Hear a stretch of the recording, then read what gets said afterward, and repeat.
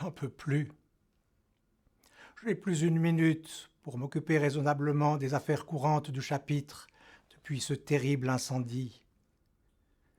L'autre jour, après avoir repris mes esprits une fois le brasier éteint, j'ai pris conscience du terrible fléau qui nous a frappés.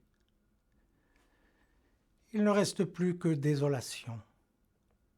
Après avoir dévoré la ville, où seules 13 maisons ont échappé à ce désastre, les flammes, poussées par une bise violente, ont atteint le château et la collégiale Notre-Dame. Le toit et le clocher de l'église sont brûlés. Le feu a même fait fondre les cloches. Quelle catastrophe! Quelle faute a-t-on commise pour mériter un tel malheur? Ô Guillaume, bon pasteur, Saint-Père et protecteur, fais que par tes prières nous soyons purifiés de nos péchés. À l'invocation du patron de notre ville, je me suis senti un peu mieux en pensant à son saint exemple.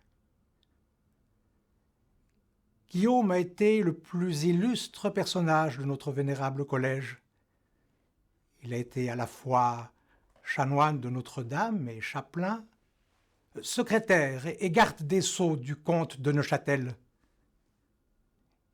Il était son homme de confiance, gérait ses affaires directes et voyageait parfois avec lui.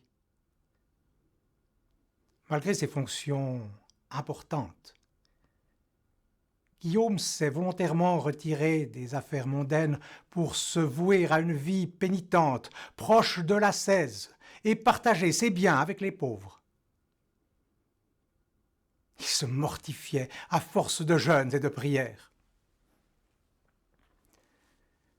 Après sa mort, le 29 mars de l'an de l'incarnation du Seigneur 1232, de nombreuses victimes d'infirmité sont venues sur sa tombe, et par son entremise et la volonté de Dieu, ont retrouvé la santé.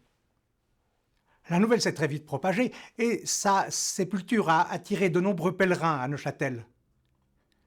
L'évêque de Lausanne, dont nous relevons, a alors donné son approbation pour que soit institué un culte à Saint-Guillaume à Neuchâtel.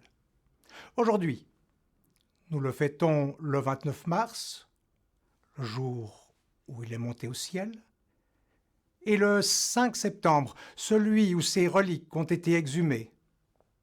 Le récit de ces miracles s'est répandu en dehors des frontières du diocèse. Depuis, il est vénéré loin à la ronde.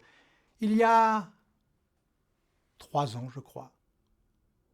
Oui, c'est ça, c'était en 1447. Certaines de ces reliques ont même été transportées à Sion, à la demande de l'évêque Guillaume de Rarogne, qui voulait les avoir dans son château de Tourbillon. Le souvenir de Guillaume me donne un peu de force pour affronter ces prochains mois. Il va falloir maintenant tout reconstruire. Jacques Vavre, un de mes confrères chanoines, qui est chargé de surveiller les travaux, en appelle lui aussi à Guillaume. Il m'a dit l'autre jour qu'il se sentait soutenu dans sa tâche par le saint, car il présume que ce dernier est un artisan majeur de la construction de la collégiale. Il me semble que cette information est douteuse, d'autant que Jacques a une imagination débordante.